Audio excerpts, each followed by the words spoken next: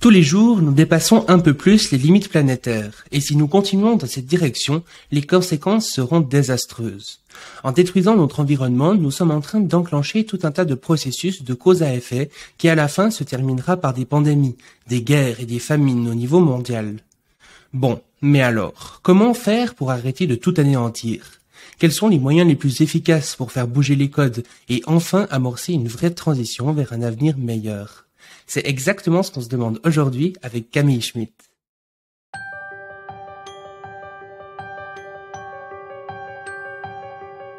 Bienvenue sur le Futurologue Podcast, le podcast pour comprendre les enjeux de demain. Salut Camille et bienvenue sur le podcast. Merci, bonjour Shayman. Du coup, je te propose de commencer par une petite présentation. Qui es-tu ? Quel est ton parcours ? Merci. Alors, je suis une maman d'une 40aine d'années. J'ai une petite fille de 10 ans. C'est mon plus beau métier dans la vie d'être maman. Et j'habite dans les Yvelines, en France, depuis quelques années, où j'ai fondé un écolieu en permaculture. Aujourd'hui, on a à peu près 1200 mètres carrés cultivés, avec une 60aine d'animaux. On fait refuge du hérisson. On a une 30aine de hérissons et on a une 30aine d'animaux de race, notamment des volailles, poules, canards, écailles. Voilà, et on essaye de montrer un art de vivre durable. Voilà. Excellent. Et mon métier, j'interviens auprès des entreprises comme actrice de la transition écologique. J'ai créé mon entreprise l'an dernier. Et donc, j'interviens en responsabilité sociétale, en bilan carbone et en prospective en futur souhaitable. J'anime aussi des fresques et on va en parler tout à l'heure. Et donc, en gros, ça consiste principalement à expliquer un petit peu aux entreprises justement comment est-ce qu'elles pourraient faire pour être alignées, disons, par rapport aux défis auxquels on va faire face, c'est ça ? Ouais, c'est un énorme challenge. Il s'agit pas de faire du greenwashing et vraiment d'engager une transformation ambitieuse des modèles économiques. C'est un challenge important à relever le plus tôt possible et les entreprises ont besoin d'être accompagnées parce que il faut souvent un regard extérieur pour convaincre l'équipe dirigeante d'amorcer un virage important. Ok, intéressant. On en reparlera. Peut-être avant tout ça, est-ce que tu pourrais nous faire peut-être un petit état des lieux ? Pourquoi c'est important de prendre en compte tout ça et puis quel est justement l'état des lieux dans lequel on vit, les limites planétaires, etc. Tout à fait. C'est une très bonne question de poser un constat au départ. On voit que certaines sociétés humaines ont jusqu'ici eu un modèle de développement qui était complètement décorrélé des limites planétaires. Ce sont souvent les sociétés occidentales avec ce qu'on appelle un mode de consommation sans limite.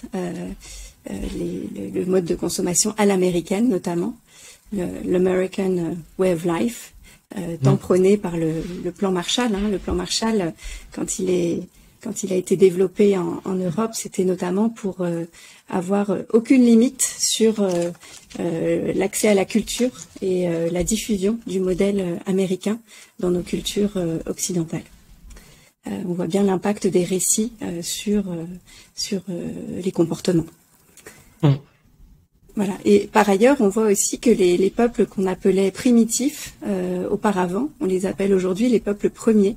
Et c'est eux qui incarnent le plus un art de vivre résilient et durable qui agrade leur environnement. Agrader en permaculture, c'est le contraire de dégrader. Et cela veut dire améliorer en continu son biotope, un petit peu comme un arbre qui aurait ses feuilles caduques qu'il perd chaque année et ça va créer au fil des ans un petit peu de sol et enrichir son environnement.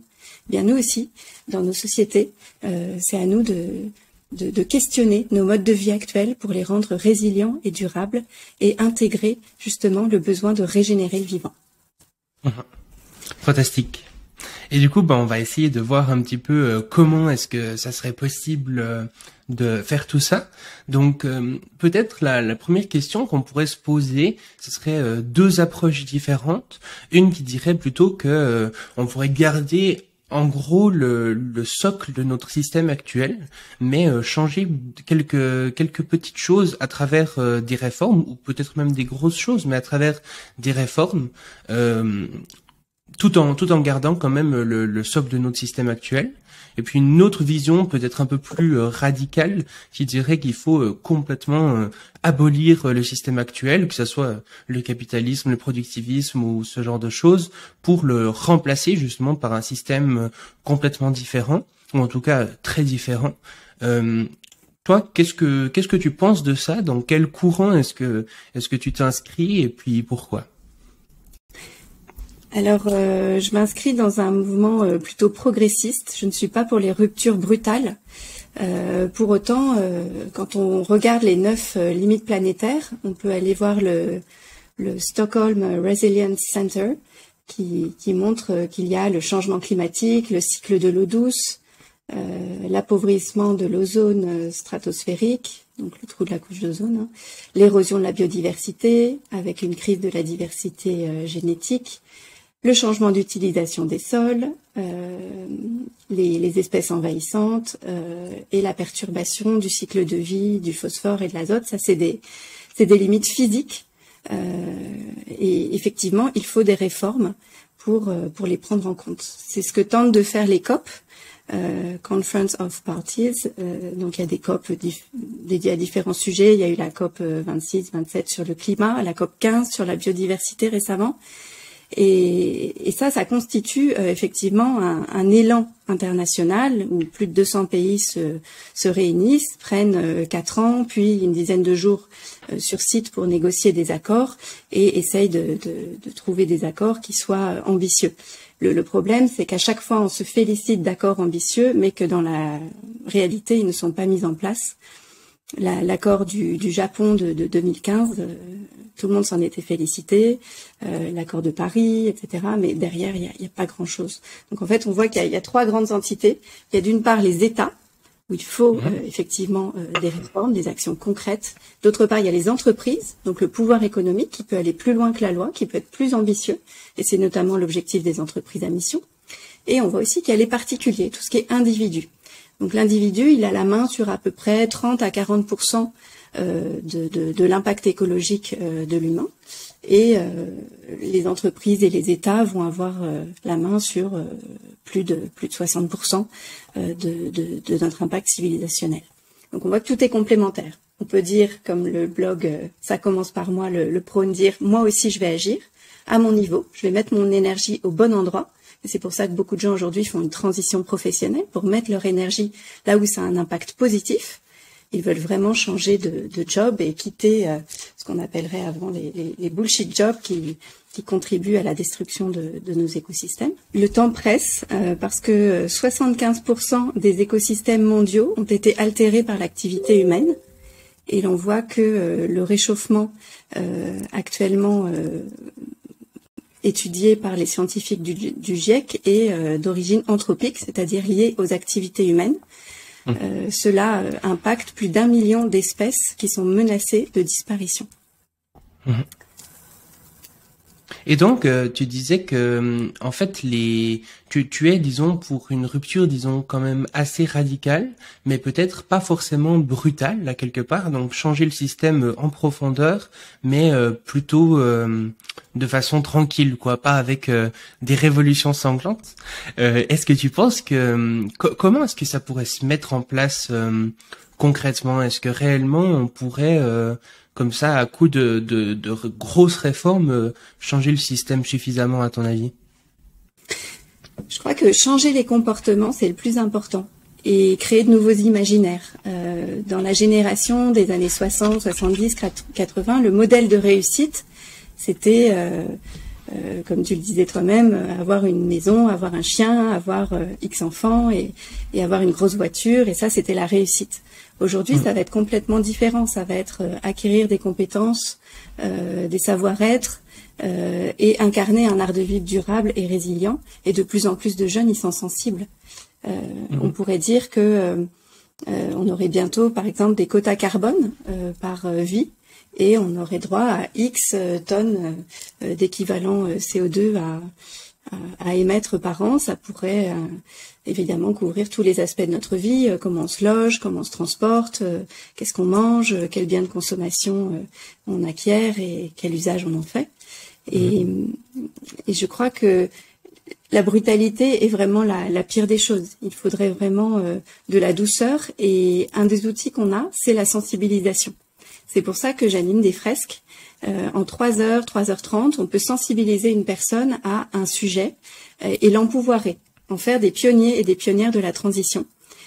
Lui donner envie de creuser des sujets. Il y a toujours des informations après l'atelier. Et pendant l'atelier, on va découvrir un sujet. Donc ça, c'est la tête. On va l'intégrer. Ça va être la partie cœur. Et mettre en route les jambes. Ça, c'est la partie mise en action pour transformer les comportements et générer de l'engagement. Et puis, malgré, justement, tu disais, toutes les COP qui se mettent en place, et puis le fait que quand même de plus en plus de personnes sont conscientes de ces enjeux, on voit que très peu de choses bougent finalement d'un point de vue global. En tout cas, par exemple, la quantité d'émissions de CO2 continue à augmenter toutes les années. La même chose pour la disparition des espèces et des individus animaux. Donc, à quelque part, à ton avis, qu'est-ce qui bloque? Quels sont les verrous majeurs auxquels on fait face à tous les niveaux, que ce soit individuel, entreprise ou peut-être étatique, et comment est-ce que tu imagines des solutions pour débloquer ces verrous justement? Finalement, qu'est-ce qui bloque une transformation radicale du système? C'est très intéressant que tu parles de verrous justement. Alors j'anime une fresque qui s'appelle la fresque des nouveaux récits, où le terme c'est vraiment les verrous et les clés. Donc on nomme les verrous. Donc il y a l'immobilisme, qui est le business as usual, faire l'autruche et continuer comme avant, ou l'effondrisme, qui génère beaucoup de peur. Et sa clé d'activation, c'est trouver des pistes d'action et d'espérance pour inventer le monde de demain et le faire advenir. Après, il y a un autre verrou, c'est l'American Way of Life, qui nous dit que le seul modèle de réussite, c'est dans l'avoir, dans la possession, une vie très matérialiste, avec les risques de surconsommation qui en découlent et qui font une forte pression sur les limites planétaires. Et alors là, la clé d'activation, ça va être une société de la convivialité, avec des relations sociales de qualité qui permettent de vivre plus heureux, en meilleure santé physique et plus longtemps. Voilà. Et donc ça, c'est à réinventer dans des nouveaux récits qu'on crée pendant l'atelier. Il y a un autre verrou, c'est la compétition.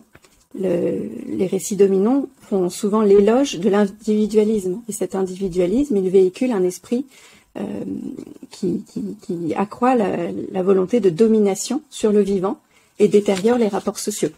Et là, la clé d'activation, ça va être la coopération, avec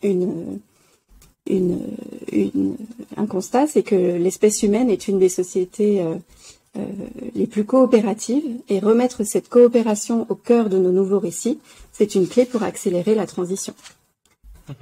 Après, il y a encore 2 verrous. Donc, il y aura la division sociale, notamment avec la diffusion abondante de récits dominants qui entretient chez les individus une attitude passive et polarisante. On va voir que plus il y a de récits qui parlent d'un futur catastrophiste, plus on croit que ça va advenir.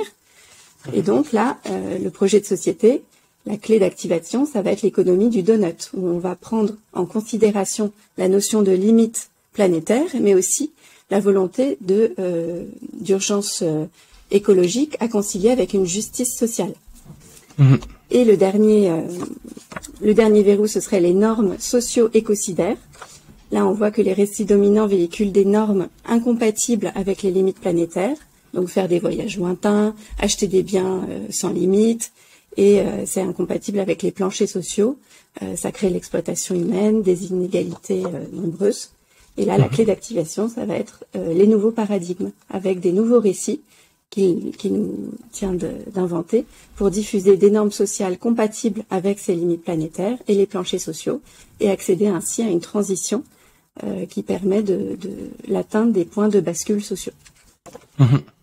Ouais, c'est extrêmement intéressant ce que tu dis là, parce que pour moi justement qui s'intéresse beaucoup au futur, finalement ce qu'on pourrait se rendre compte, en tout cas c'est la réflexion qui me vient avec tous les verrous que tu as pu dire, c'est que finalement les 2 choses principales qui bloque l'action actuellement, ça va être un surplus d'optimisme ou un surplus de pessimisme finalement.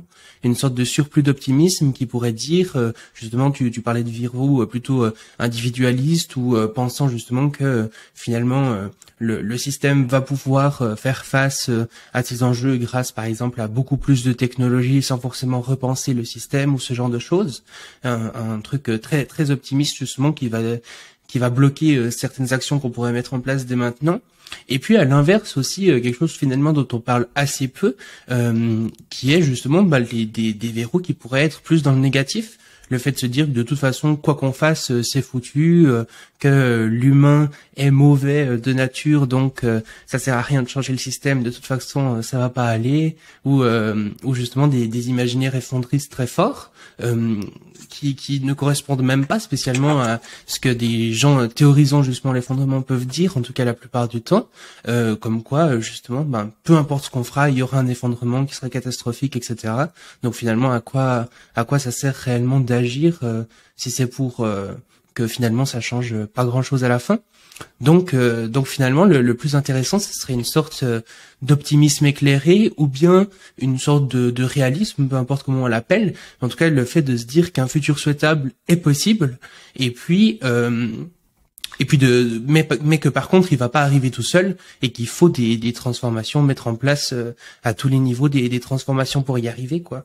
Et finalement, ce que je trouve intéressant, c'est que dans ce que tu dis, la quasi-totalité des verrous sont finalement des verrous d'imaginaire à quelque part. Qu'est-ce qu'on s'imagine? Et on voit à quel point du coup, à travers ce que tu as dit, c'est vraiment l'imaginaire qui ensuite va faire les actions qu'on va mettre en place. Donc à quel point c'est important de créer de nouveaux récits finalement de futurs souhaitables et réalistes.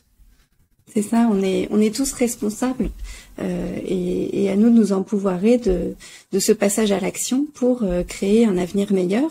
Qu'est-ce que c'est un avenir meilleur? Pour moi, c'est préserver l'habitabilité du monde. Ça, c'est vraiment un objectif et c'est l'enjeu des enjeux.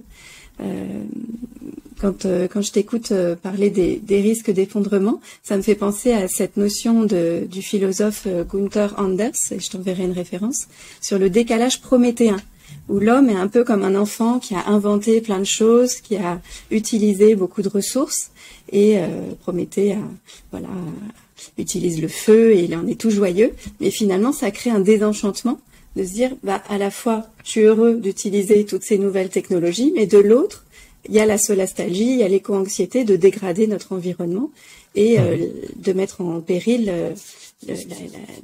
la vie des générations futures.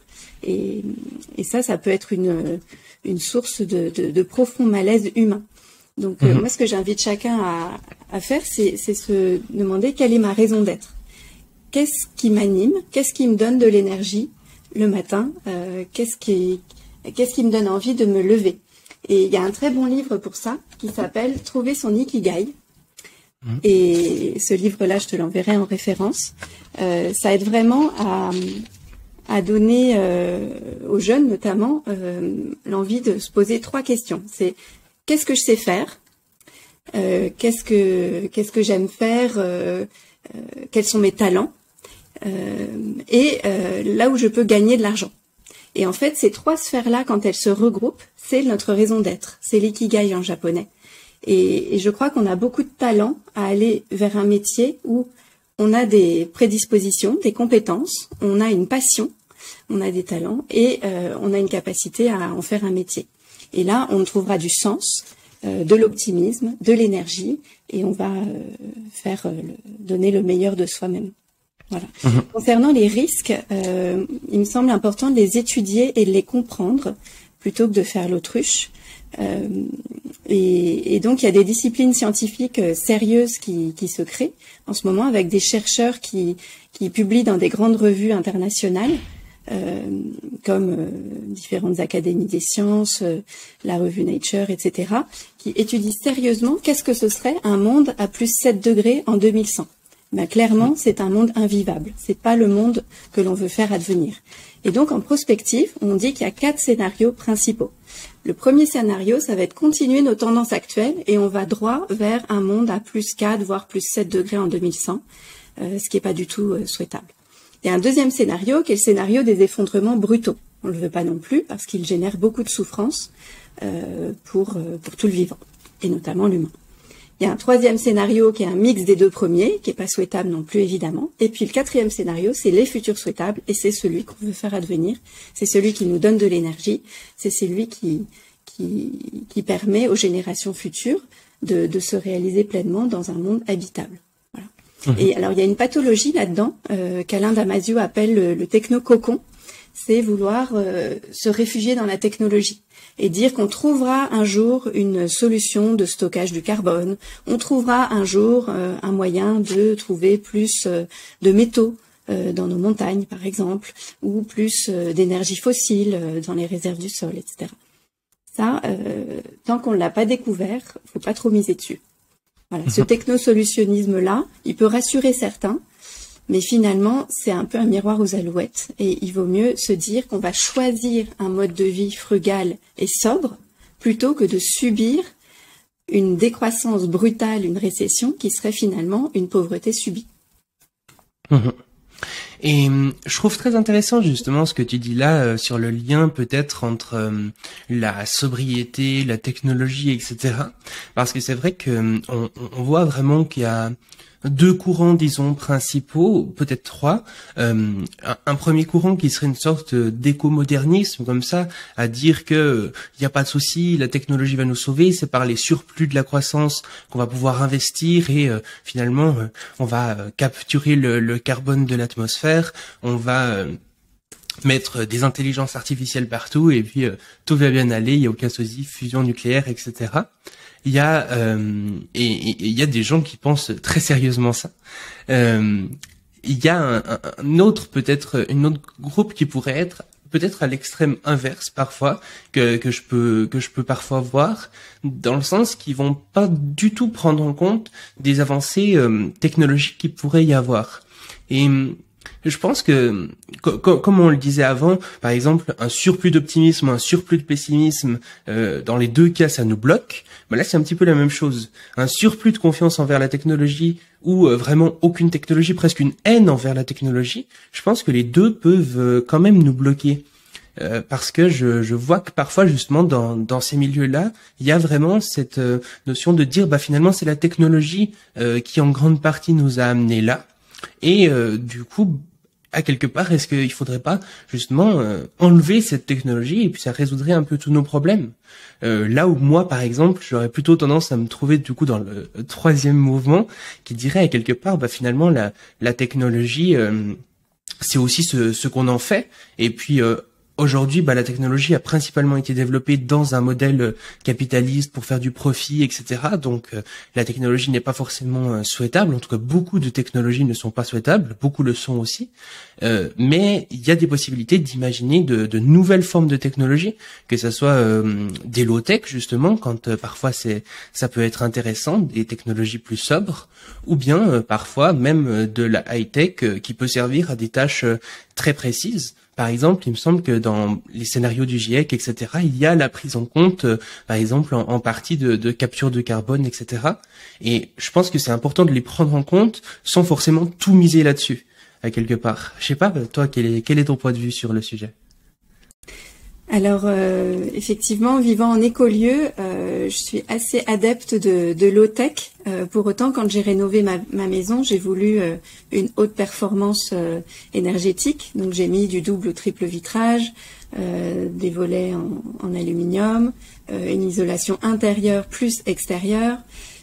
Donc, je suis pas du tout contre la technologie quand elle est utilisée à bon escient. Et un logement bien isolé, on peut réduire de 95% la consommation énergétique de ce logement en chauffant à 19 degrés par rapport à un logement mal isolé qu'on voudrait chauffer à 22 degrés. Donc effectivement, je suis pas du tout pour la société Amish. Je crois en les bienfaits de la vie moderne, de la technologie, bienfaits de vivre en 2022-2023, j'aurais pas voulu vivre il y a 200 ans, rien parce qu'il n'y avait pas de bons dentistes et pas de bons chirurgiens et pas de soins médicaux adaptés. Voilà. Donc c'est vraiment intéressant de pas être naïf en fait dans la technologie quand on voit que le CO2 il n'est pas que dans l'atmosphère. Il y a 3 grands puits de carbone. Il y a les océans. Et quand les océans captent le carbone par le vent et les vagues, les couches supérieures des océans vont absorber un peu de CO2 qui, par le jeu des courants marins, va être diffusé dans les eaux plus profondes. Finalement, c'est pas un puits de carbone positif. On pourrait se réjouir, c'est bon, c'est absorbé par l'océan, parce que ça va acidifier l'océan. Ça va créer des ions acides. Donc, aller désacidifier les océans, il va falloir énormément d'énergie humaine, de technologie et d'énergie fossile pour faire des petites machines qui désacidifieraient les océans, d'autant que l'eau salée sur Terre, c'est 97% de l'eau sur Terre. On a une planète bleue, à 75% de sa surface, c'est les océans. Donc si on doit s'amuser à désacidifier nos océans, ça va être un boulot colossal. Voilà. Deuxième puits de carbone, c'est la photosynthèse. Les plantes, on voit que leur biomasse, elle varie. On grignote de plus en plus les grandes forêts primaires, notamment l'Amazonie. Donc la capacité d'absorption du CO2 par la photosynthèse, elle se réduit selon la taille de nos forêts. Voilà. Donc les plantes ne faisant pas d'obésité en CO2, elles ne prennent que ce dont elles ont besoin. Et on voit même que certaines plantes, comme les légumineuses, notamment les lentilles, si on leur donne trop de CO2 dans leur environnement, si on fait un test sous serre par exemple, on voit qu'elles dépérissent ou elles sont moins nutritives. Voilà, donc le CO2, puits de carbone, photosynthèse, c'est pas non plus une solution extraordinaire en ce moment. Et le reste, le reliquat, reste dans l'atmosphère, le CO2 qu'on a produit. Et l'humain a produit 1940 gigatonnes de CO2 depuis le début de l'ère industrielle. C'est des quantités faramineuses dont on n'a pas idée. Et on n'y pense pas tous les jours en se brossant les dents. Pour autant, c'est des quantités qui restent dans l'atmosphère. Il n'y a pas d'échappatoire où ça n'irait pas sur la Lune ou dans une poubelle. Ça reste là. Et donc, il y avait 280 parties par million de CO2 au début de l'ère industrielle. C'est-à-dire que quand on prend 1 million de molécules d'air et qu'on regarde ce qu'il y a dedans, au début de l'ère industrielle, 280, c'était du CO2.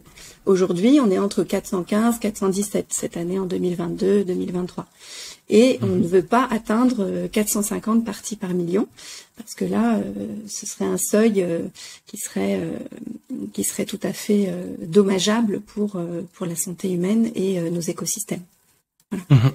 Donc, on voit que finalement, dessaler l'eau de mer ou capter le carbone ou désacidifier les océans, ça, c'est des technologies qu'on voudrait créer en urgence. Pour l'instant, on ne sait pas le faire. Et aller sur Mars, c'est pas une solution non plus de par exemple, pomper les dernières ressources qui nous resteraient sur Terre pour envoyer 100 personnes sur Mars, créer une nouvelle civilisation où ils vont être sujets à la réception d'astéroïdes. On leur souhaite bon courage. Ouais, tout à fait. Mais je pense vraiment qu'il y a un peu cette bataille des imaginaires qui se joue justement avec, je sais pas, par exemple un Elon Musk qui va être là en mode on va tous aller sur Mars, on va mettre des robots partout, on va connecter nos cerveaux aux IA, etc. Et vraiment ça va être fantastique. Pas besoin de remettre en question le système. Encore mieux si on arrive à plus libéraliser le marché, etc. Ça va être fantastique. Et puis de l'autre côté, parfois des discours qui me semblent aussi un petit peu naïfs, un petit peu comme dans là, par exemple il y a Avatar 2 qui est sorti et ça justement je trouvais un petit peu, il y a cette idéalisation justement de l'homme naturel, de l'humain naturel qui vivrait en communion, etc. Mais sans forcément finalement se rendre compte aussi de tout ce que nous a apporté la modernité en tant que bien-être finalement, autant au niveau du chauffage justement que comme tu le disais, que au niveau par exemple de la médecine ou ce genre de choses. Et je pense que c'est important de réussir à créer un imaginaire où il y a de la technologie, mais que cette technologie est bien pensée et puis est utile au bien commun et pas seulement à certains milliardaires qui veulent faire n'importe quoi avec.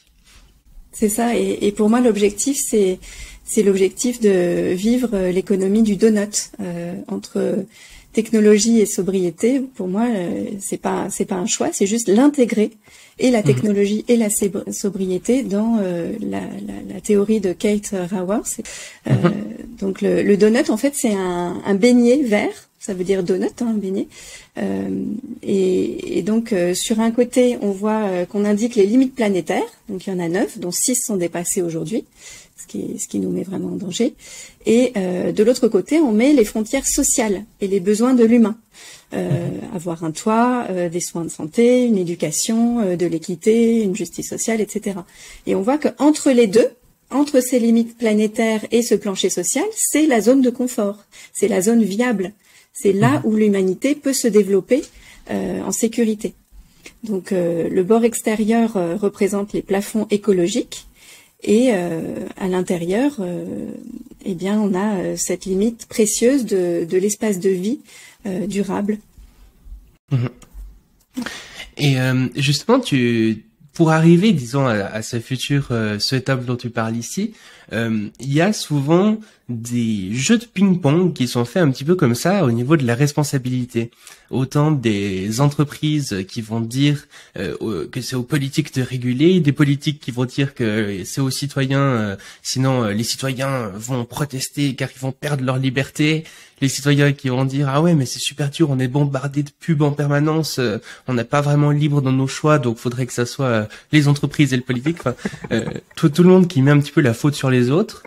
Qu'est-ce que tu penses de ça? Est-ce que tu as l'impression que justement entre entreprises, politiques et individus, il y en a un qui devrait quand même mettre plus d'efforts que les autres? Comment est-ce que toi tu finalement répartirais cette responsabilité? C'est très intéressant ce que tu dis là, ça me rappelle le graphique de Pierre Perretou qui s'appelle Dépasser le triangle de l'inaction. Quand tu as participé à la fresque du climat avec moi il n'y a pas très longtemps, on en a parlé, c'est attribuer la responsabilité aux autres ne permet pas l'action. Donc on voit dans ce schéma des familles qui pointent le doigt vers les élus, et des élus qui pointent le doigt vers les familles, et le monde économique qui pointe le doigt vers les familles et les élus. Donc finalement, tout le monde se dit, ça commence par vous d'abord, je suis pas en capacité d'agir en premier. Donc on voit que du coup, ça entraîne un retardement, et on n'a pas le temps. On a 3 ans pour vraiment transformer nos sociétés en profondeur, et 7, 10 ou 15 ans pour dérouler nos plans d'action ambitieux. Et en 2030, pour moi, on doit tous être sensibilisés, tous avoir un design de vie qui intègre les limites planétaires et un accord mondial qui permette de préserver la paix, parce que la paix c'est vraiment un enjeu crucial pour dérouler ces plans d'action-là. Sans la paix, on passera pas ces priorités-là dans l'agenda. Et donc c'est intéressant de dire, ok, les élus y vont, on fait des réformes ambitieuses. Le monde économique peut en attendant aller plus loin que les élus et montrer l'exemple. Et les particuliers réinventent un art de vivre durable avec des nouveaux modèles de réussite. Et là, c'est ambitieux. Surtout, les personnes, les 1% ou 10% les plus polluants du monde, c'est ceux-là qu'il faut sensibiliser en premier. On a évidemment 90% des habitants sur Terre qui sont les moins riches, qui sont les premiers à subir les dérèglements du climat et de la biodiversité. Et ce que je trouvais très intéressant avec ça, justement, c'est que j'avais pu regarder à partir de combien finalement d'euros par mois il fallait pour appartenir aux 10%. Et finalement, en France, typiquement, à partir d'un SMIC, on appartient déjà aux 10%. Donc en fait, c'est la quasi-totalité des gens qui écoutent le podcast, quoi. Et ça fait quand même, je trouve ça assez impressionnant, quoi. Voilà. Quand on a un SMIC en France, on fait partie des 10% les plus riches. Pas seulement par son revenu, mais aussi parce qu'on a accès à une société qui est profondément sociale dans son ADN, avec l'accès aux soins, l'accès aux hôpitaux, l'accès aux écoles, aux infrastructures françaises. Donc à un art de vivre qui est très protecteur, entre guillemets, ce qui n'est pas le cas de beaucoup de personnes dans le reste du monde qui n'ont aucun système d'assurance santé, d'assurance habitation, etc., qui vivent sans filet. Par contre, des gens au RSA, eux, ne feraient pas partie des 10% les plus riches du monde. Donc, on voit bien le lien entre richesse personnelle et impact sur la planète et les limites planétaires. Quelqu'un qui a 100 000 euros par an, il va pas les mettre sur son compte épargne ou tout donner à des ONG. Il va se dire, je vais voyager. Donc, prendre l'avion, c'est une des activités humaines les plus polluantes. Par exemple, un Paris-New York, c'est déjà 2 tonnes de CO2 équivalent. Un Paris-Australie, ça va être 4 à 5 tonnes. Voilà. Donc si on dit qu'en 2050 on doit être tous abaissés à un niveau viable, tu sais ce que c'est le niveau à 2050 en équivalent CO2 par habitant de la planète? Dis-moi. C'est 2 tonnes. Donc déjà Okay. à Paris-New York, on y est. On n'a pas encore été logé, on n'a pas encore mangé, on n'a pas encore été transporté, etc. On a fait que ce Paris-New York-là au 1er janvier, un aller-retour, et on est déjà à son quota annuel. Imagine. Donc aujourd'hui, la moyenne des Français, c'est à peu près 9 à 10 tonnes d'équivalent CO2 par an. Un Américain, ça va être 20 ou 25 tonnes d'équivalent CO2 par an. Un Canadien, ça va être 15 tonnes à peu près. Alors qu'un Indien, ça va être 2 tonnes. Un Pakistanais, 1 tonne. Tu vois. Donc il y a des grandes différences d'un pays à l'autre en fonction des revenus, en fonction des infrastructures du pays. Et en termes de bilan carbone, il faut distinguer 2 notions. Il y a l'inventaire national et l'empreinte carbone. Donc l'inventaire national, c'est l'équivalent CO2 qui est produit sur le pays. Et quand on lui ajoute les émissions importées, par exemple tout ce qu'on a produit en Chine, ou au Brésil, ou au Portugal, ou au Maroc, ou ailleurs, eh bien là, on a l'empreinte carbone globale, on a le bilan carbone du pays. Donc par exemple, en France, nos émissions nationales, c'est 6 tonnes d'équivalent CO2 par habitant, mais comme on importe 4 tonnes par habitant, on arrive à une moyenne de 10. En Chine, c'est complètement l'inverse. Ils ont une production très importante, mais comme ils exportent énormément, ça abaisse. Voilà. Et du coup, en termes de sobriété, pour nous, passer de 10 tonnes à 2 tonnes, ben, c'est divisé par 5 entre aujourd'hui et le plus tôt possible, 2050 ou plus tard, 2030, on l'espère. Tu vois, c'est ambitieux. Par contre, pour un Pakistanais, eh ben, on pourrait dire que si il double, eh ben, il est déjà, il passe de 1 tonne à 2 tonnes, il est déjà à l'objectif de 2050. Et puis, justement, sur cette répartition que tu disais du CO2, souvent on entend beaucoup de gens, justement, qui vont prôner beaucoup de croissance, business as usual, etc., en mode la technologie va nous sauver, qui vont dire mais finalement on a déjà les preuves que ça fonctionne parce qu'il y a un découplage concret par exemple entre la croissance du PIB et puis les émissions de gaz à effet de serre. Par exemple, en France, ça fait quelques années qu'on a de plus en plus justement de PIB, que le PIB continue à augmenter, mais que les gaz à effet de serre diminuent. Et je me demandais justement à quel point cette donnée elle est correcte ou pas. Et puis justement, est-ce qu'elle prend en compte le fait qu'on importe énormément de choses? Typiquement en France, la quasi-totalité une grande partie de ce qu'on a provient de pays asiatiques. Et du coup, est-ce que ça c'est pris en compte dans le découplage ou pas du tout? Alors, dans le bilan carbone, il y a 3 choses. Il y a les émissions directes, le scope 1. Après, il y a le scope 2 avec certaines choses qu'on va rajouter comme l'énergie.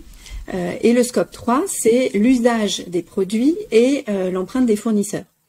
Et en fait, beaucoup d'entreprises sont censées faire leur bilan carbone aujourd'hui et se cantonnent au scope 1, c'est-à-dire le périmètre le plus rapproché qui est leurs sièges, leurs usines en France, et ne vont pas aller creuser beaucoup plus loin. En plus, même si les bilans carbone sont obligatoires, l'État n'a pas mis en place de gendarmes du bilan carbone suffisamment empouvoirés pour condamner les entreprises qui n'iraient pas au bout de l'exercice. Donc il y a vraiment une marche de progression là à faire en sorte que les bilans carbone soient sincères et exhaustifs. Et effectivement, aujourd'hui, on a délocalisé la pollution. Les industries les plus polluantes, non seulement elles sont faites dans des pays pauvres, on peut penser au Bangladesh pour le textile par exemple, où c'est une industrie polluante. On utilise des teintures, de l'eau de javel pour les jeans, et tout ça est déversé sans filtre dans les rivières et dans les nappes phréatiques locales. Il y a pas tellement de... Encore, enfin, certaines usines à la pointe, mais on va pas dire que c'est général au Bangladesh. Beaucoup de polluants arrivent en pleine nature à la sortie de ces usines. Donc, c'est loin des yeux, loin du cœur. Et dans ces pays-là, on délocalise la pollution. Voilà, première chose. Mais aussi, c'est des pays qui ont une source d'énergie qui est très carbonée. On va avoir des centrales à fioul, des centrales à charbon. Il y a énormément de centrales à charbon en Inde et en Chine actuellement. Donc il y a ce double effet-là de dire non seulement je délocalise ce qui est polluant, mais en plus, l'énergie est très carbonée là-bas. Donc quand j'importe ça, si je ne l'intègre pas dans mon scope 3, en termes de bilan carbone, eh bien c'est vraiment avoir des œillères. Et en plus, le bilan carbone, malheureusement, n'intègre pas la notion de biodiversité, donc d'impact sur l'environnement. C'est pour ça que c'est très intéressant de dire on va faire une comptabilité triple, comme le font les entreprises à mission, où on va compter les euros, les employés, les jours hommes, etc., tout ce qui est comptable, l'amortissement sur 5 ans, par exemple, des matériels informatiques, on pourrait passer à 7 ans, ce serait plus durable. Bref, donc ça c'est comptable. Il y aurait aussi une comptabilité sociale qui inclurait le bien-être au travail, l'épanouissement des salariés, l'acquisition de nouvelles compétences, voilà, tous les planchers sociaux, l'accès à l'éducation, aux soins, etc. Et puis il y aurait une comptabilité environnementale, c'est en quoi mon entreprise régénère le vivant. Est-ce qu'elle a un impact positif sur les limites planétaires, sur la réduction de l'érosion de la biodiversité, sur le dérèglement climatique.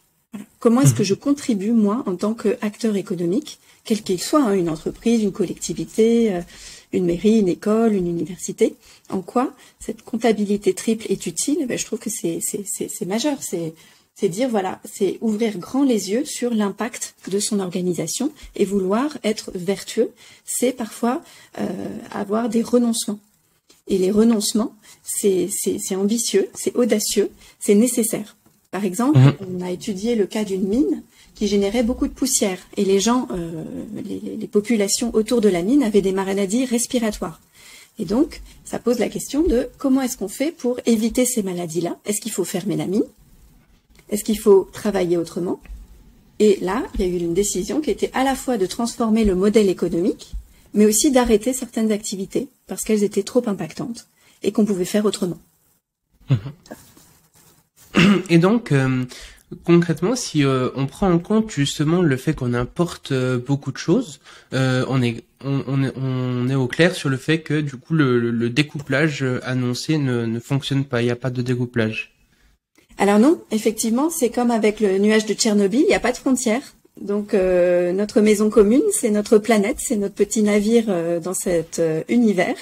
On ne peut pas dire qu'il y a des frontières avec des pollutions qui s'arrêtent net. Et non, tout le monde est vraiment dans le même bateau. Et je crois qu'il faut arrêter avec cette notion de croissance qui est finalement la mesure du PNB, qui n'est pas du tout durable. Ce qui est durable, c'est de mesurer la régénération du vivant, de mesurer le bon fonctionnement de nos écosystèmes pour préserver les services écosystémiques. Et justement, je me posais cette question, étant donné que tu interviens beaucoup en entreprise. Les entreprises, dans le modèle dans lequel on est, ont intérêt à faire le plus d'argent possible, avoir le plus de profit possible. Et souvent, en général, quand on met le profit avant toute chose, et ben justement, on va beaucoup moins prendre en compte des enjeux environnementaux. Du coup, partant de ce constat, je demandais deux choses. Premièrement, du coup, pourquoi? Quel est leur intérêt de faire appel, par exemple, à toi ou comme ça, étant donné qu'elles n'auraient pas forcément intérêt à ça si elles prenaient en compte que le profit? Et puis, est-ce qu'elles sont obligées de le faire ou est-ce qu'elles le font vraiment par elles-mêmes? Et puis, une deuxième question peut-être, c'est justement... est-ce que toi, quand tu interviens dans les entreprises, concrètement, qu'est-ce que tu leur dis? Est-ce que tu leur dis du coup, la seule solution pour résoudre ces problèmes environnementaux, c'est que l'année prochaine vous produisiez moins que l'année d'avant, ce qui doit être super, quasiment inentendable de la part des entreprises? Ou comment est-ce que tu gères justement cette pression économique finalement qu'il y a sur les entreprises? C'est vrai que c'est vraiment un cas de conscience pour les dirigeants que j'accompagne.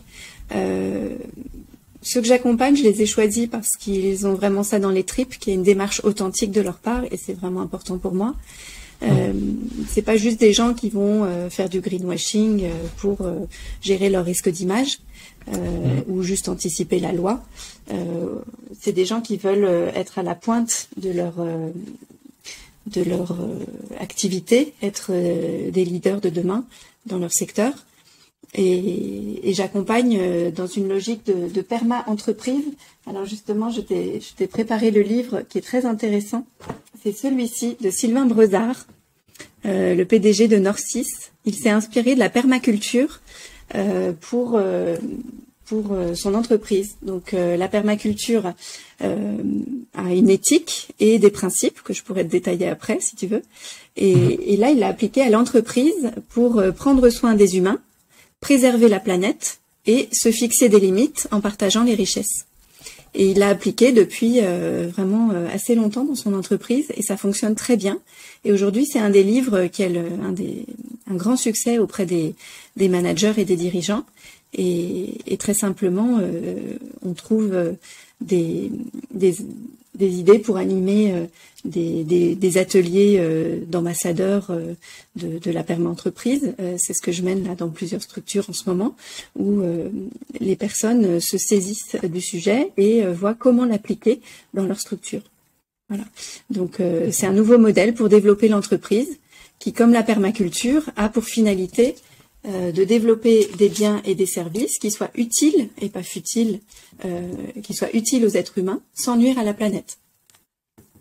Et l'ambition ultime, c'est donc d'être des acteurs régénératifs qui soient conscients de ce qu'on doit offrir aux générations futures. J'espère que de plus en plus d'entreprises iront vers ce modèle-là. Et puis une grande partie de ce que tu fais aussi est dédiée justement aux fresques environnementales. Donc pour ceux qui savent pas forcément ce que c'est, est-ce que tu pourrais peut-être expliquer ce que c'est? La plus connue, je pense que c'est la fresque du climat, mais moi-même en participant justement à ça, je me suis rendu compte que il y avait pas que cette fresque-là, il y en avait plein d'autres. Donc est-ce que tu pourrais nous dire justement qu'est-ce que c'est et puis quel est leur rôle peut-être dans ce plan plus global de transformation de la société? Tout à fait. Alors une fresque, c'est un atelier qui se vit en 3 heures minimum, qui permet de découvrir un sujet, donc de l'intégrer dans la tête, de l'expérimenter aussi au niveau du cœur, laisser parler les émotions, comment on se sent par rapport à ce sujet-là, et de mettre en route les jambes, donc passer à l'action. La première fresque a été créée vers 2015 par Cédric Ringenbach, c'est la fresque du climat, qui est un atelier d'intelligence collective qui explique en 3 heures les impacts du dérèglement climatique et basé sur la science, basé sur les rapports du GIEC, le groupe intergouvernemental des experts sur le dérèglement climatique. Et il y a eu aujourd'hui 750 000 participants. Beaucoup de participants sont tellement enthousiastes qu'ils ont eu envie de se former et aujourd'hui il y a 34 000 animateurs formés dans le monde, avec des référents par pays et une forte ambition de développer cette fresque-là pour sensibiliser un maximum de personnes sur les années à venir. Et dans le sillage de la fresque du climat, il y a à peu près 70 fresques amies qui se sont créées. Certaines s'appellent fresques de la biodiversité, du numérique, des mobilités, fresques océanes, des déchets, du textile, etc. Mais d'autres portent un nom du type atelier d'automne, atelier inventons nos vies bas carbone. Et il y en a près de 70 aujourd'hui. Il y a au moins 1 million de personnes qui ont été sensibilisées dans le monde. Et il y a un bel élan qui est né. Et je trouve que c'est des outils très intéressants. J'en ai animé dans des écoles primaires, des collèges, des lycées, des universités, des écoles de commerce ou d'ingénieurs. J'en ai animé en entreprise. Et c'est beau de voir qu'en quelques heures, une personne peut faire sa bifurcation. Ça vient en fait des travaux de Kurt Lewin, qui était un psy américain de l'après-guerre.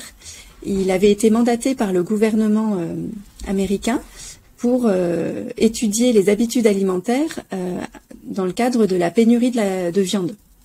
Et donc, il avait utilisé plusieurs techniques pour sensibiliser le grand public. Il avait d'abord choisi de faire des conférences descendantes où il allait parler d'1 heure ou 2 heures d'un sujet à des gens qui étaient assis et qui écoutaient, parfois en prenant des notes. Et 2 mois après, il s'apercevait qu'il y avait que 3% de personnes qui avaient changé leurs habitudes alimentaires en prenant en compte ce qui avait été dit. Et il a fait d'autres ateliers, ce qu'on a appelé un peu après les ateliers Tupperware, où il y avait du débat, où il y avait de l'échange collaboratif, où il y avait un espace de parole pour exprimer ses freins, ses résistances, ses peurs, verbaliser.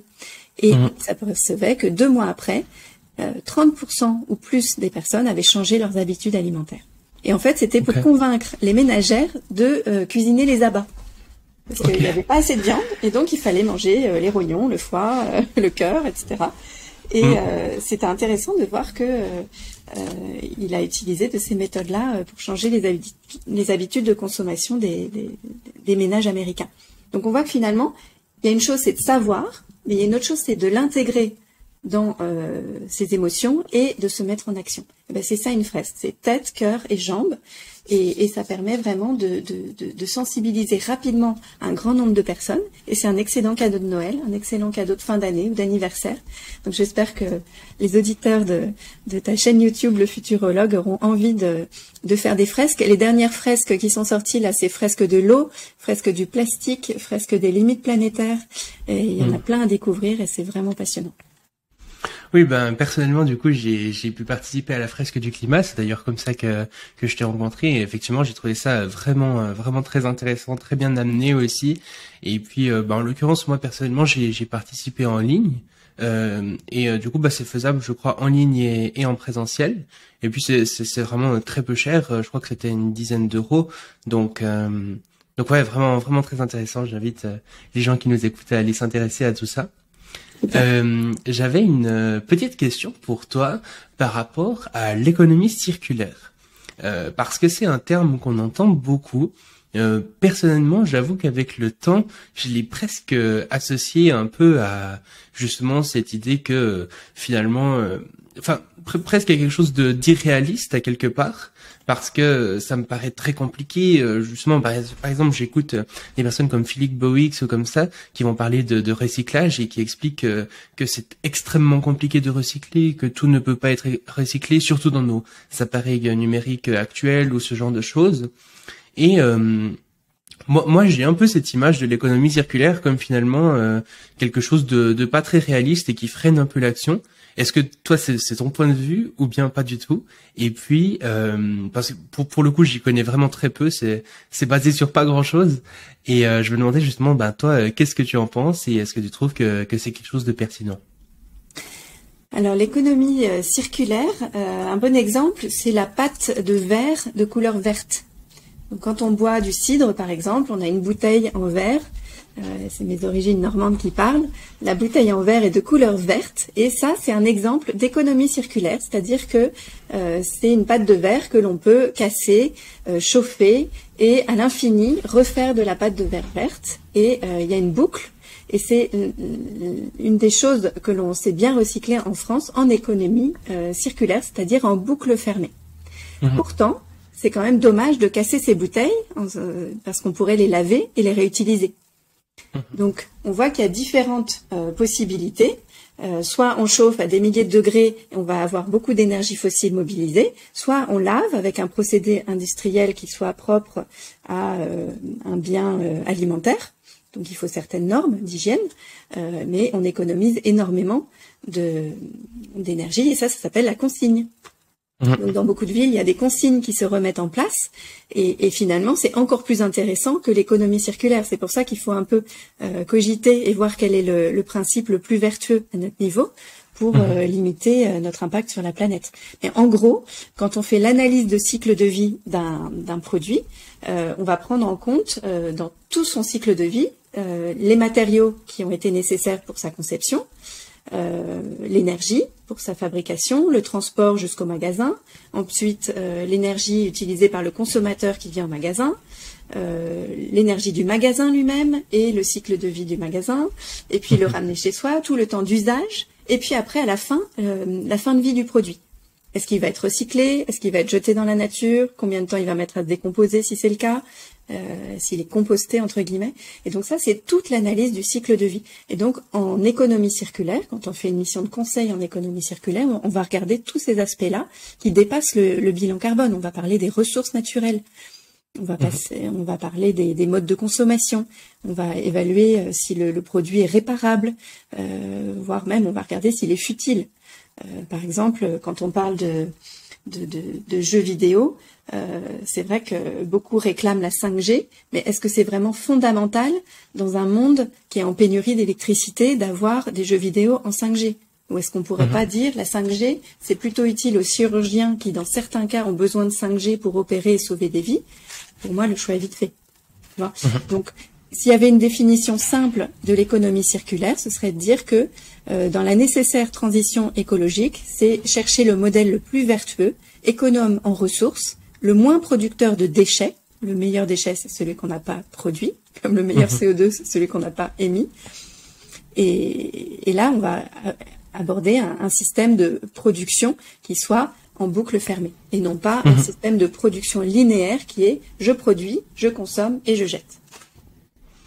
Oui, et en fait justement moi c'est ça que j'avais trouvé intéressant, c'est le fait que finalement on va réutiliser les déchets comme matière première pour reproduire à quelque part. Et justement en fait moi le potentiel danger à quelque part que j'avais vu à travers ça, c'est de se dire finalement peu importe les déchets qu'on va produire, puisque de toute façon c'est de la matière première future, donc finalement c'est pas si grave que ça d'en produire, puisque de toute façon c'est plus des déchets, donc c'est un petit peu ça la limite justement que j'avais vue à ce modèle. Du coup, toi t'aurais plutôt tendance à dire que l'économie circulaire prend ça en compte et mettrait justement en place, par exemple, quand c'est nécessaire, des consignes plutôt que du recyclage ou ce genre de choses. C'est ça, c'est très intéressant, effectivement. Ça me fait penser à la méthode des 5 R, la règle des 5 R. Donc c'est refuser tous les produits à usage unique et privilégier les achats sans déchets comme le vrac, réduire la consommation des biens, réutiliser ou réparer tout ce qui peut l'être, recycler tout ce qui ne peut pas être réutilisé, et enfin le 5e R, c'est rendre à la terre, c'est-à-dire composter tous les déchets organiques. Et il y a autre chose qui est très intéressant, c'est la méthode BISOU, B-I-S-O-U.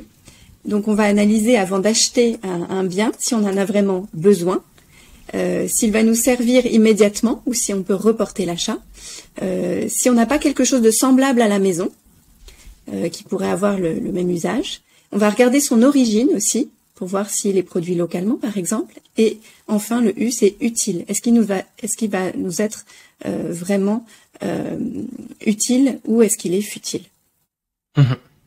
Ok, excellent.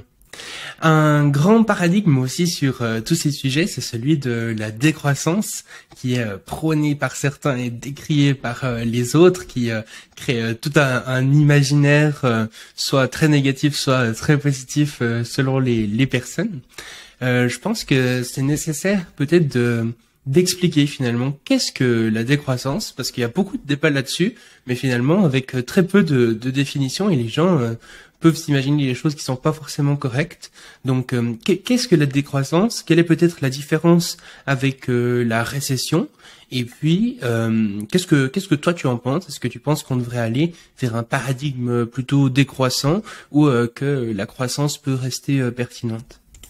Alors, ça me rappelle une conférence où j'avais été, où il y avait quelqu'un du MEDEF qui voulait me passer la parole, mais en off, en préparation, il m'avait dit « Vous ne nous parlez pas de décroissance hein. ».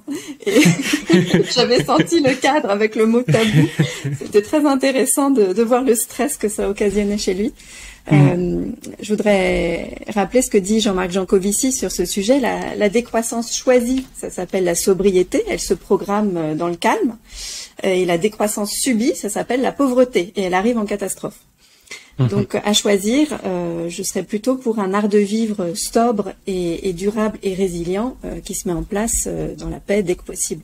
Et c'est ce que j'ai voulu créer ici dans mon écolieu en permaculture dans les Yvelines, où déjà dans ce mode de vie, on est à 3 tonnes de CO2 équivalent par an, donc presque à la cible de 2 tonnes, où on produit nos fruits et légumes sans trop nous fatiguer.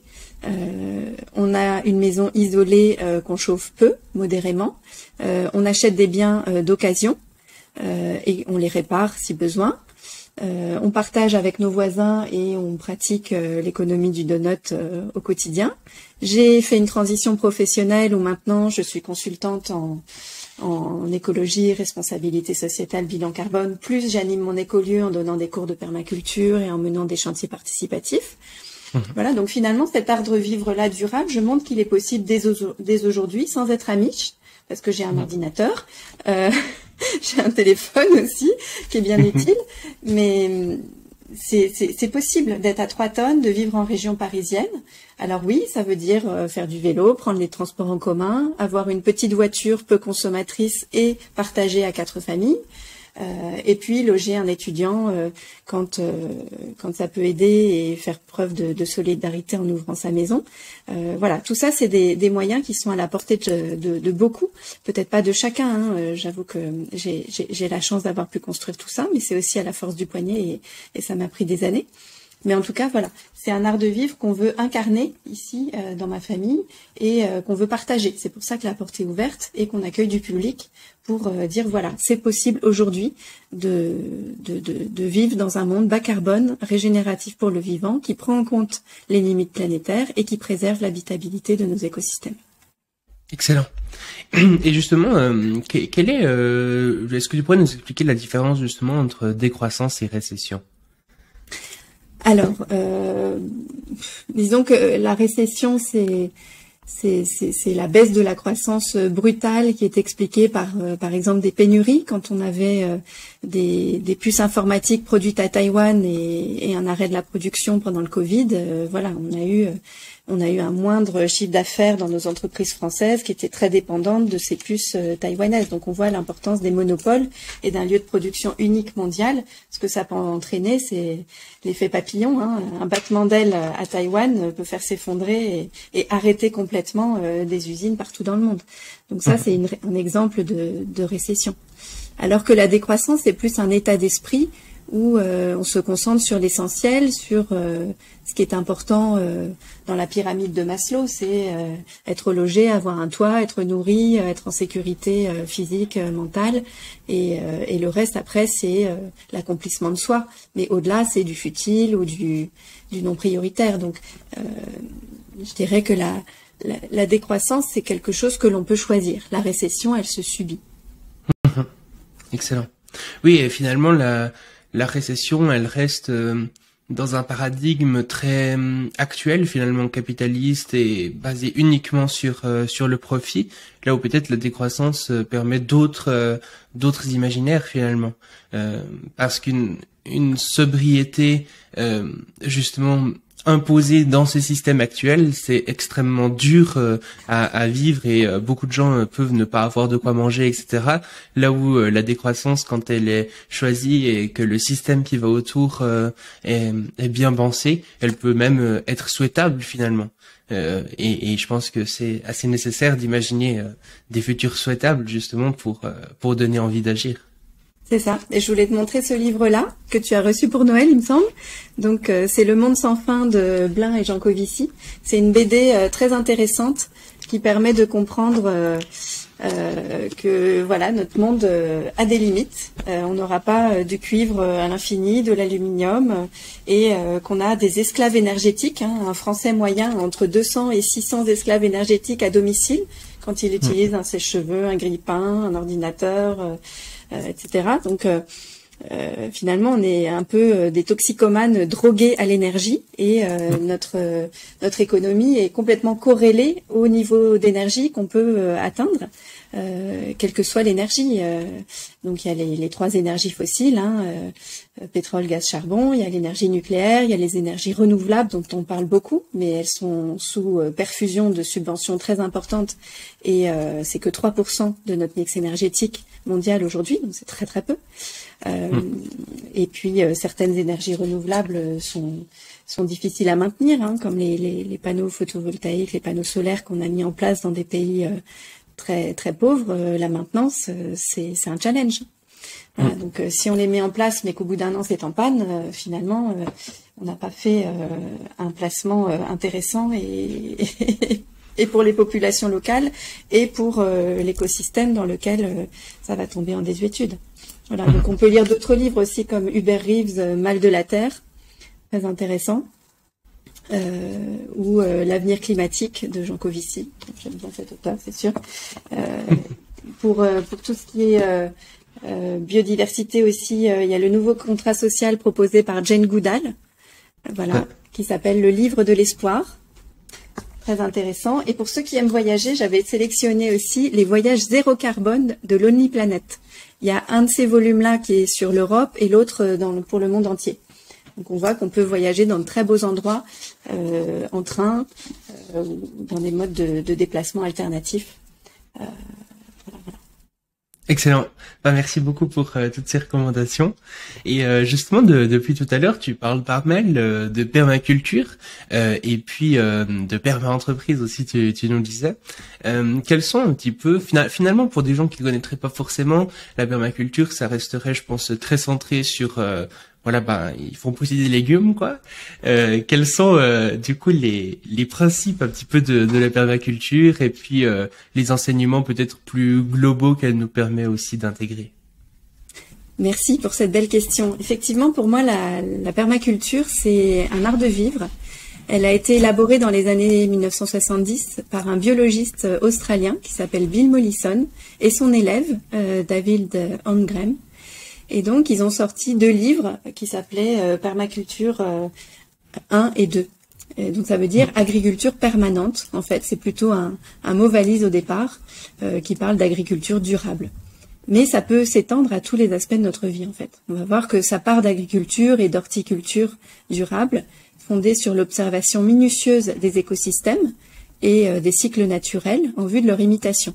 Et une fois qu'on a bien observé 4 saisons son terrain, c'est ce que j'ai fait ici en arrivant dans mon écolieu d'un peu plus de 1200 mètres carrés, j'ai observé 4 saisons. Et j'ai vu qu'à certains endroits, j'avais des tulipes, des narcisses. À d'autres endroits, j'avais du safran. À d'autres endroits, il y avait des topinambours. Que tel arbre était en fait un plaque minier. Donc, il donne des kakis en hiver, ce qui est très intéressant comme source de vitamine C hors saison. Et donc, en observant la nature, on va essayer de l'accompagner et de l'aider à se sublimer. Donc, il y a 3 principes éthiques qui sont prendre soin de l'humain, prendre soin du vivant dans son ensemble et créer l'abondance. Et après, il y a quelques principes qui permettent de théoriser la permaculture. Il y en a une douzaine. Donc, il y a favoriser la diversité, valoriser les bordures, observer et interagir avec le vivant, capter et stocker l'énergie, obtenir une production, appliquer l'autorégulation et accepter la rétroaction, ça c'est très utile en entreprise, favoriser les ressources renouvelables, les déchets des uns sont les ressources des autres, donc l'intérêt de rendre à la terre, intégrer plutôt que séparer, très intéressant aussi en entreprise, travailler avec la nature et pas contre elle. Et alors une que j'aime beaucoup, c'est le problème et la solution, c'est-à-dire qu'on va penser que le problème est contient lui-même ses solutions et qu'il n'y en a pas qu'une mais plusieurs qui vont être complémentaires pour reproduire ce côté systémique de la nature.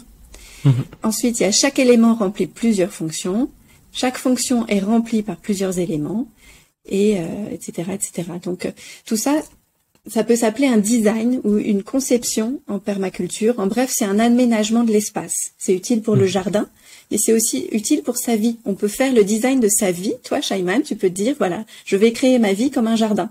Voilà les grands rêves que je veux réaliser, les compétences que je veux acquérir, les métiers que je veux avoir exercés, les personnes que je veux avoir rencontrées. Tu vois, et comme un jardin, tu vas te dire, bah voilà où sont les bosquets, voilà où sont les forêts, voilà où sont les zones sauvages, voilà où sont les zones de repos. Tu vois, et en entreprise aussi, ça va être utile. On va pouvoir dire qu'il y a un nouveau modèle d'entreprise à développer qui a pour finalité de développer des biens ou des services qui sont utiles aux humains sans nuire à la planète. Donc on va prendre soin des humains, préserver la planète, fixer des limites, partager les richesses. Excellent, merci beaucoup. Et puis justement, finalement, quand on découvre un petit peu tous ces sujets de limites planétaires, d'effondrement ou ce genre de choses, ça peut être assez angoissant à prime abord. Et on peut tomber justement dans ce qu'on disait au départ, un petit peu un truc de tout est foutu. Et en même temps, quand on se rend compte justement que l'imaginaire qui nous est vendu par beaucoup d'une sorte de course à la croissance et à la technologie qui va nous sauver de tout est finalement un imaginaire très très peu réaliste, on peut se dire ouais justement un peu tout est foutu, ça sert plus à grand chose. Et on disait justement que par rapport à ça, l'important c'était d'imaginer des futurs souhaitables et des futurs souhaitables réalistes. Est-ce que tu aurais des idées à quelque part justement de comment imaginer ces futurs souhaitables qui restent réalistes et pas tomber d'un côté dans une sorte de futur souhaitable techno-solutionniste complètement irréaliste ou dans un futur pas du tout souhaitable, très triste finalement, d'imaginaire d'effondrement où tout le monde se tape dessus quoi. Comment faire la part de tout ça et imaginer un futur souhaitable qui prend en compte les limites planétaires? C'est une question que beaucoup de jeunes posent, notamment en école de commerce où je donne des cours et souvent la réponse que j'ai c'est à chacun de vous d'imaginer votre futur souhaitable. Il n'y a que vous qui puissiez le dessiner aussi beau qu'il est dans vos rêves et soyez ambitieux pour votre futur, pour votre génération, pour vos enfants aussi et pour notre planète. Donc c'est chacun qui peut vraiment dire voilà, mon métier de rêve c'est ça, pour maintenant, pour dans 10 ans, pour dans 15 ans, ce sera ça. Là où je veux vivre, on n'est pas tous obligés de vivre dans des grandes villes, on peut aussi vivre très bien à la campagne, au milieu de la biodiversité. Et les jeunes, je crois, sont très conscients de la génération XYZ, du fait qu'ils vont réaliser leurs propres rêves, pas ceux de leurs parents, et pas les modèles parentaux et les modèles de réussite qui nous ont été édictés à travers ce qui a pu modeler l'enfance. Ça peut être des dessins animés, ça peut être des livres, des films, etc. Donc si j'avais un conseil à donner, ce serait de dire écoutez chacun ce que vous avez dans le cœur et réalisez vos plus beaux rêves et ce sera quelque chose d'essentiel. Qu'est-ce qui est essentiel pour vous? Qu'est-ce qui est essentiel à votre bonheur? C'est pas des choses très carbonées. Souvent on dit c'est ma famille, c'est mes amis, c'est vivre en harmonie avec mon environnement, c'est avoir réalisé tel et tel grand rêve avant de mourir. Voilà. Et on s'aperçoit que dans ces nouveaux récits, en animant ces fresques des nouveaux récits notamment, et c'est ce dont témoigne Benoît Roland de Ravel, le fondateur avec Alexis Klein de la fresque des nouveaux récits, c'est que nos plus grands rêves sont pas carbonés. Ils sont vraiment des rêves d'harmonie, des rêves. C'est pas bisounours, ce qu'on dit. C'est au contraire ambitieux et c'est un vrai challenge. Faut le prendre très au sérieux. Faut prendre au sérieux nos rêves. Et c'est ce qui est raconté ici par Mathieu Baudin dans ce livre-là. Il a fondé l'Institut des futurs souhaitables avec Jean-Luc Véraud il y a quelques années. Et donc, dites à l'avenir que nous arrivons, la révolution des conspirateurs positifs. Et donc, quand on fait la prospective dans cet institut-là, ça dure 6 mois. Et on y apprend en fait on n'est pas programmé pour détruire la planète. Notre paradigme, c'est de vivre en harmonie avec notre environnement et que si on veut faire advenir nos futurs souhaitables, il faut prendre nos rêves au sérieux et les réaliser maintenant. Fantastique. Je te propose de passer aux 3 questions de fin. Ma première question de fin, c'est au-delà de tous ces enjeux, peut-être en les prenant en compte, toutes finalement les courbes, les statistiques et tout ce qui peut être imaginable justement pour notre futur. Est-ce que tu as l'impression que c'est possible finalement d'aller dans le bon sens? Est-ce que tu es plutôt optimiste sur notre capacité à aller justement vers un futur souhaitable ou tu te dis que c'est possible mais que ça reste assez peu probable et du coup tu serais plutôt justement pessimiste par rapport à l'avenir? En gros, est-ce que tu penses que l'avenir sera mieux qu'aujourd'hui ou pire qu'aujourd'hui? Alors je suis optimiste déjà parce que je suis maman et que j'ai une petite fille de 10 ans qui mérite vraiment le meilleur pour son avenir. Et je crois qu'être parent, c'est vouloir le meilleur pour son enfant. Et donc, je veux placer mon énergie et mes compétences à être actrice d'un monde désirable, d'un monde qui vraiment intègre cette transition écologique de manière concrète. Et je crois qu'on n'a pas le droit de décevoir nos enfants. Ils nous en feront le reproche. Voilà. Donc, je me donne pas l'autorisation d'être pessimiste en fait parce que ce serait baisser les bras ou ce serait faire l'autruche ou ce serait entrer dans différentes pathologies. J'ai envie d'être du côté de ceux qui font et pas du côté de ceux qui critiquent et qui laissent tomber. Okay. Voilà. C'est pour ça que j'accompagne différents types d'entreprises, celles qui sont parfois très polluantes, qui ont un fort impact et qui sont conscientes de cet impact, notamment une entreprise de l'industrie minière, et d'autres entreprises qui sont déjà très vertueuses et qui veulent aller un cran plus loin en devenant par exemple entreprise à mission. Et je crois qu'il faut laisser personne au bord du chemin, et c'est pour ça que dans mon métier de consultante, je veux aller vraiment aussi aux périphéries et aller vers les entreprises les plus impactantes ou vers les collectivités qui sont le plus loin du sujet écologique pour les intégrer et les ramener au centre des sujets. Et dans la question que je t'avais posée juste avant, tu me disais justement que c'était un petit peu à chacun aussi d'imaginer un futur souhaitable. Toi, du coup, quel est ton futur souhaitable? Quelle est ton utopie? Alors, j'ai 2 utopies que je suis en train de mettre en place en ce moment. Ça tombe bien que tu poses la question. Il y a une première utopie, c'est que je suis en train de m'associer avec 7 femmes qui sont actrices de la transition écologique et qui constituent un collectif qui s'appelle Super Egg. Donc, le logo, c'est un petit œuf qui va vers de nouveaux équilibres. Et c'est des femmes qui sont enthousiastes et qui ont ces qualités humaines qui sont très utiles pour accompagner les acteurs et les actrices de la transition écologique, les pionniers du monde de demain. Donc ça, c'est une grande joie pour moi. Et cette utopie-là sera très concrètement mise en œuvre dès 2023. Et la deuxième utopie que j'ai, c'est de vivre dans un écolieu en permaculture en proche banlieue parisienne, ici à Houille, dans les Yvelines, où on mène des chantiers participatifs en permaculture 1 à 2 fois par mois avec les associations locales, les riverains. Et tout ça sans site internet, sans trop de numérique, vraiment avec beaucoup de joie de vivre et de convivialité. Donc ça me donne beaucoup de joie et d'énergie pour avancer et éduquer ma fille aussi dans ces valeurs-là. Excellent. Et finalement, du coup, dernière question, la question de fin. Si tu te retrouvais face à l'humanité entière, que c'était comme ça sur une scène avec un micro dans les mains et que l'humanité entière t'écoutait, que tu pouvais leur passer un message en 1-2 minutes, qu'est-ce que tu leur dirais? Ça commence par nous. Ça commence aujourd'hui, c'est maintenant. Et ouais, quel est votre futur souhaitable à vous? Fantastique. Merci beaucoup, Camille. Je t'en prie, merci Shaiman. C'est un plaisir et bravo pour ce que tu fais. Merci.